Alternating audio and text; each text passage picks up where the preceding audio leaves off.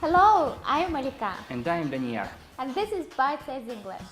A couple of weeks ago, Aygul and you were talking about misunderstandings, the situations when people don't understand each other correctly. So this week, you and I are talking about the ways to avoid any misunderstanding at its very beginning. There are certain times in our lives when we need to make sure we understand everything. That's when clarifying information becomes important. So today's program is all about checking and clarifying information. Checking and clarifying information is very normal while learning a language.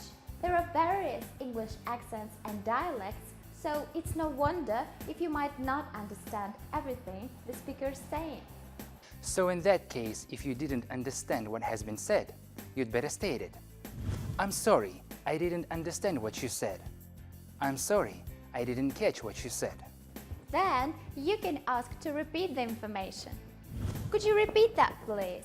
Could you say that again, please? Use these phrases to indicate that you would like to rephrase what someone has said in order to make sure you have understood something correctly. Can I rephrase what you have said? So you mean that, let me see if I've understood you correctly. It's common to ask for clarifying questions after you presented information that might be new for your listeners. Have I made everything clear? Are there any questions? Well, Malika, don't you think it's the right time for our clarifying role play?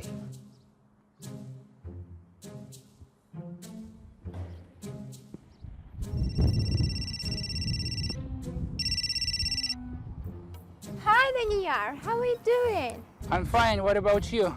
Not very well actually. I was looking for that new clothes boutique we were talking about yesterday, but the place I'm wandering in at the moment doesn't seem to have any boutiques at all.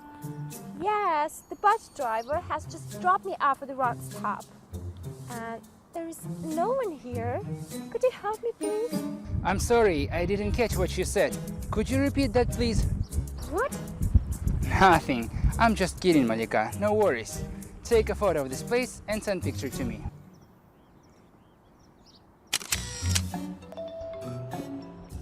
Okay, I think I know where you are.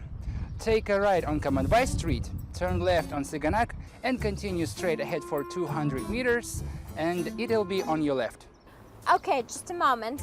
Let me see if I've understood you correctly.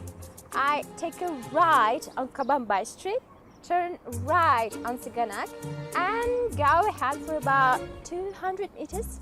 No, you turn left on Siganak Street. Got it? Have I made everything clear? I guess so. I think I see this boutique. Thank you, Danyar. No problem. Thank you so much for helping me out. You're welcome. And now, why don't we turn back to the English accents and dialects you mentioned before? Considering the fact that English is one of the most popular languages in the world, you might probably meet a lot of people speaking English, their own versions of English. I think it's even becoming a matter of culture identity.